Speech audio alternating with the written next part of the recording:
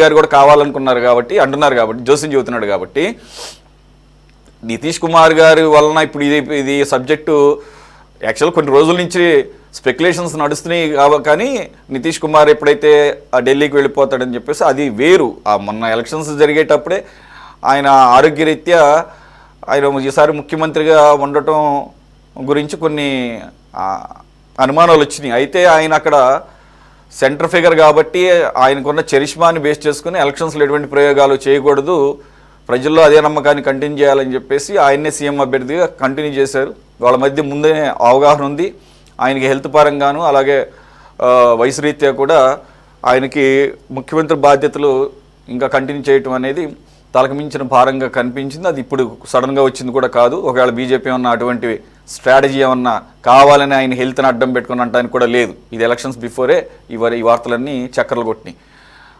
But when it comes to Chandrababu Naidu it's absolutely entirely contrast situation. ఇక్కడ ఆయన హెల్తీగా ఉన్నాడు, 75 ఏళ్ళైనా కానీ ఎక్కడ ఎటువంటి వయసు మీద పడిందన్నటువంటి ఫిట్నెస్ వ్యవహారాలు కూడా ఏమీ ఆయన దగ్గర కనపడవు.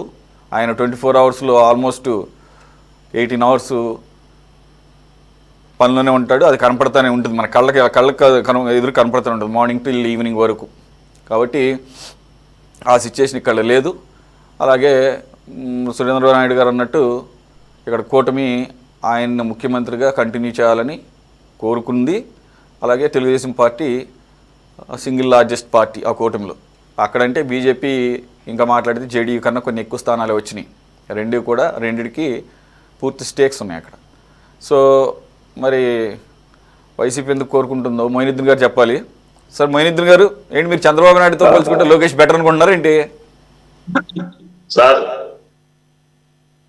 సురేష్ గారికి, పెద్దలకు, 24 ప్రేక్షకులందరికీ నా నమస్కారం.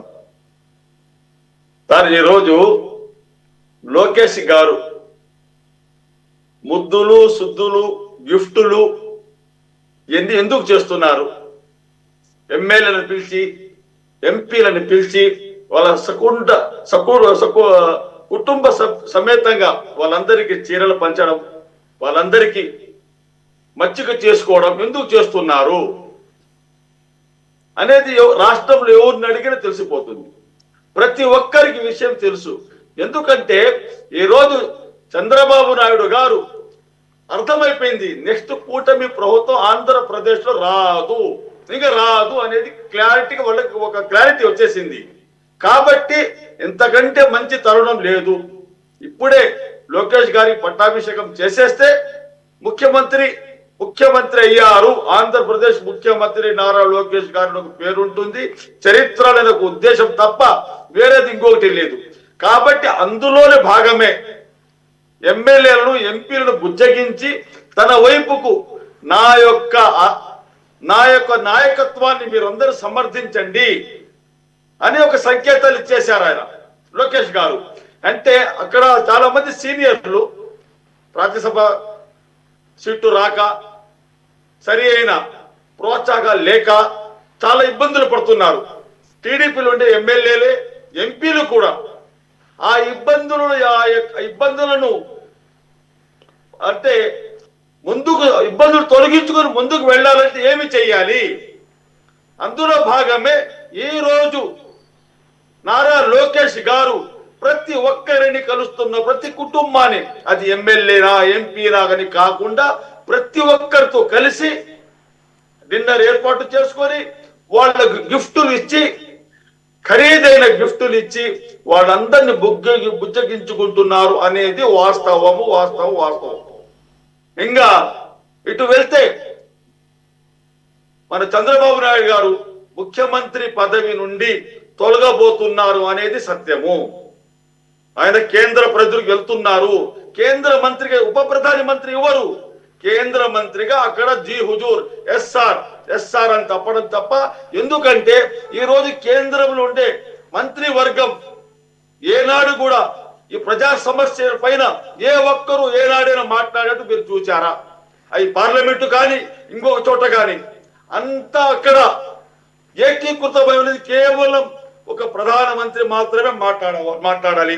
అది రైల్వే శాఖ కానివ్వండి, ఆర్థిక శాఖ కానివ్వండి, రవాణా శాఖ కానివ్వండి, ఏ శాఖ అయినా సరే అంతా ప్రధానమంత్రి చూసుకోవాలి. ఎందుకంటే రైల్వే మంత్రి ఉన్నా కూడా రైల్వేకి ఏదైనా ప్రారంభోత్సవం చేయాలంటే పచ్చ జెండా ఊపేది ప్రధానమంత్రి గారే.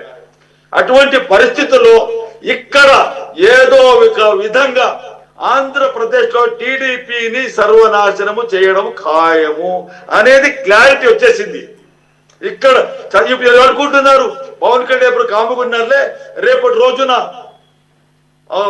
లోకేష్ గారికి మద్దతుగా నిలబడతాడు. ఏమీ నిలబడ్డారు సార్. ఈ యొక్క పవన్ కళ్యాణ్ గారు పార్టీ పెట్టిందే బీజేపీ యొక్క తోక పార్టీ. బీజేపీ యొక్క తోక పార్టీ జనసేన పార్టీ. రేపు ఈ జనసేన తిరిగి బీజేపీలో విలీనమైపోతుంది. ఆ రోజు ఈ మధ్యలోనే వీళ్ళందరినీ ఈ టీడీపీ పార్టీని పూర్తిగా టోటల్ గా భూస్థాపితం చేసి ఆంధ్రప్రదేశ్ లో అధికారం రావాలని పవన్ కళ్యాణ్ గారు ఊళ్ళూరుతున్నారు అనేది సత్యము. మీకు కావాల్సింది ఏదో అభిమానంతో మంచిదే కదా, మీకు మంచిదే కదా, మీకు మంచిదే కదా, మీకు మంచిదే కదా. వైఎస్ఆర్సీపీ ఇటువంటి రాజకీయాలు చేయాలి సార్. మా నాయకుడు వైఎస్ జగన్మోహన్ రెడ్డి గారు మీరేం చేయట్లేదు సార్. వాళ్ళకే వాళ్ళే చేసుకుంటున్నారు అంటున్నారు కదా, మంచిదే కదా. మీకు ఇంకా వాళ్ళే చేసుకుంటారు సార్, మాకు అవసరం లేదు. మా నాయకుడు ప్రజల గురించి మాట్లాడుతున్నారు.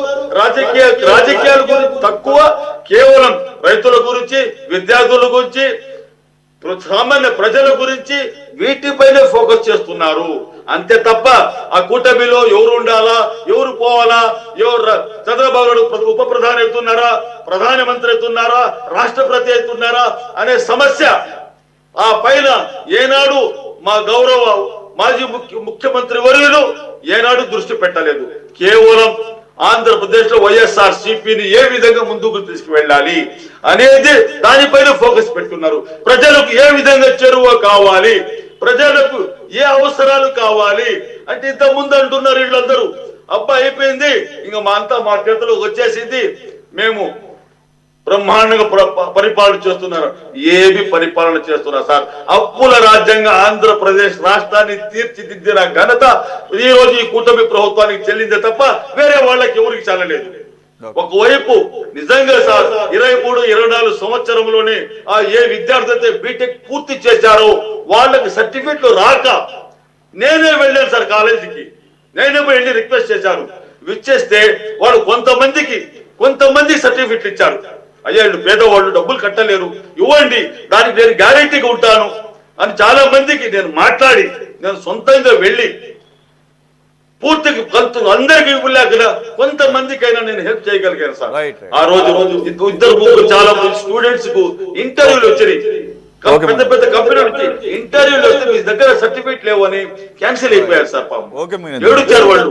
అంతకంటే దౌర్భాగ్యం ఉంటుంది సార్. మీరు ఇంకొకటి తెలుసుకోండి, మీరు చేసే పనులు ఇంకా చాలా ఉన్నాయి. 23, 24, 25 వాళ్ళకు మీరు ఫీజు రింబర్స్మెంట్ ఇచ్చేసి ఉంటే మిగతా విషయాలు ఆపేసి ఉంటే మనం ఓన్లీ ప్యూర్ మసాలా పాలిటిక్స్ మాట్లాడుకున్నాం ఈ రోజు వరకు. పథకాలు అవన్నీ తర్వాత మాట్లాడదు.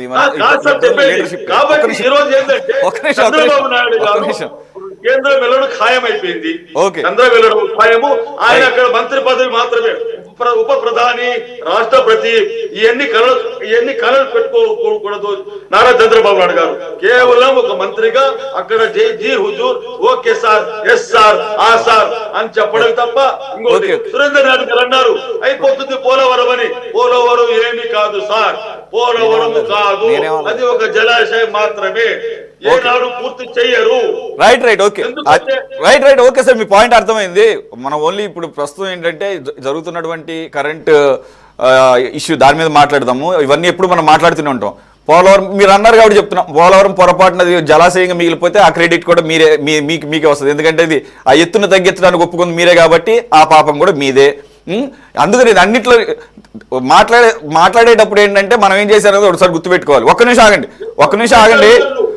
ఆగండి. మొత్తానికి మీ పాయింట్ ఏంటంటే మీకు కావాల్సిన కార్యాన్ని గంధర్వులే తీర్చారన్నట్టుగా, కాగల కార్యాన్ని గంధర్వులు తీర్చారన్నట్టుగా మీరేం కష్టపడకుండానే, మీరు ఎటువంటి రాజకీయాలు చేయకుండానే ఈ 2 సంవత్సరాలు అయిపోతే ఇంకో 3 సంవత్సరాలు కళ్ళు మూసుకుంటే మీ నాయకుడు అనేటట్టుగా అన్నట్టుగా ఈ ఒక్క నిమిషం ఈ 2 సంవత్సరాలు లాగానే మిగిలిన మూడు సంవత్సరాలు కూడా బెంగళూరు ఒక నిమిషం ఆగండి సార్, అక్కడి నుంచి నాకు టైం లేదు.